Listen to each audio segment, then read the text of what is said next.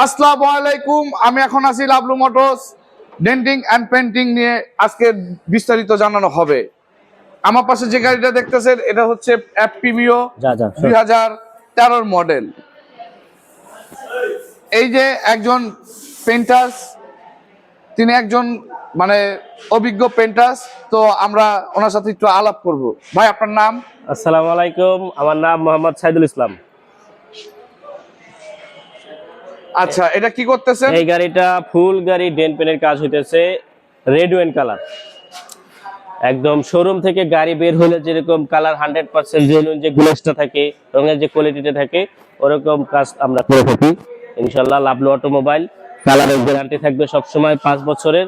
যে কোনো ধরনের কালারের সমস্যা হবে চলে আসবেন আমাদের কাছে।